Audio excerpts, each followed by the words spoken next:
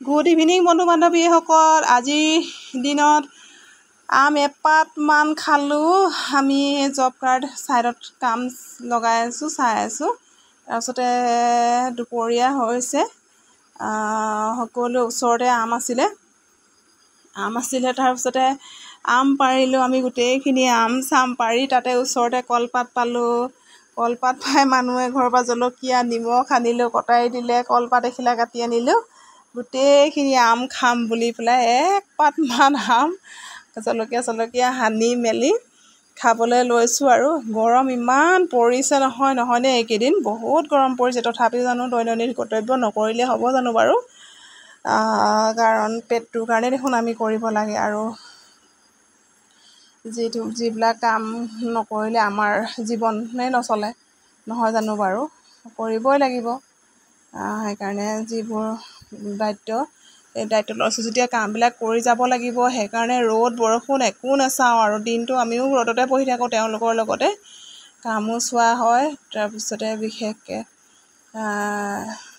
যিবোৰ কাম আৰু নিজৰ সেইবোৰ কৰা হয়। আৰু ভালো লাগে দিয়কচোন, মানুহৰ লগত দুই এষাৰ কথাও পাতি থকা হয়, কামো হৈ থাকে ধুনীয়াকৈ। এই ৰ'দতে একদম বহি লৈছোঁ।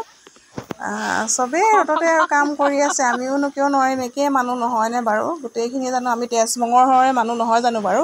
সেইকাৰণে কথা পাতি মেলি সকলোৱে লগতে তেওঁলোকে কাম কৰিছে, আমিও সেই বহি আছোঁ ছাইডতে। তাৰপিছতে মই তেনেকৈ ঘৰলৈ বুলি আম কেইটামান লৈ আনিলোঁ। আমাৰ চুমে কি কৰিছে, আমাৰ মামা ছোৱালী আছিলেহি, হেৰি বোলে আম গৰমত আমকেইটা খাম। তাই কি কৰিছে, ধুমধাম আনি গুচাইছে আমকেইটা, বোলে তাই ৰখিব। তাৰপিছত বহুত গৰম আজি,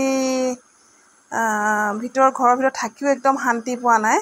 গছৰ তলতে আজি কিজানি ৰ'দে কৰোঁতে গছৰ তলত এবেলা, ৰ'দত এবেলা, তেনেকৈয়ে দিনটো গুচি গ'লগৈ আৰু। তাৰপিছতে সেই বি জলকীয়াও ছিঙি আনিলোঁ কেইটামান, আম খাম কোৱাৰ কাৰণে সিহঁতি। জলকীয়াবোৰ বুঢ়া হোৱা নাই। আমকেইটা ধুনীয়াকৈ গুচাইছে তাই দেখি কামবোৰ কৰোঁতে এতিয়া পাৰেগৈ আৰু। কাৰণ নকৰিলে মোলৈ বাট চাই থাকিলে নহয়গৈ, কাৰণ মোৰ যথেষ্ট কাম। তাৰপিছত এই বি জলকীয়া 4টামান আনিলোঁ। চানা বাদাম কিবাকিবি তিয়াই থোৱা আছিলে, গৰমত চাটনি অকণ মিক্সিত দিওঁ বুলি 4টামান জলকীয়া আনি ল'লোঁ। আমতো দিব লাগে দুটামান, খুব গৰম পৰিছে। চবেই আম অকণ খাওক বুলি তেনেকৈ ৰুকি মেলি দিলোঁ। তাৰপিছত আৰু টিউশ্যন, শান্তিটো নাই বাৰু। টিউশ্যন মই নকৰোঁ বাৰু, এওঁ কৰে। তথাপিও কাৰোৱে শান্তি নাই জীৱনত আচলতে।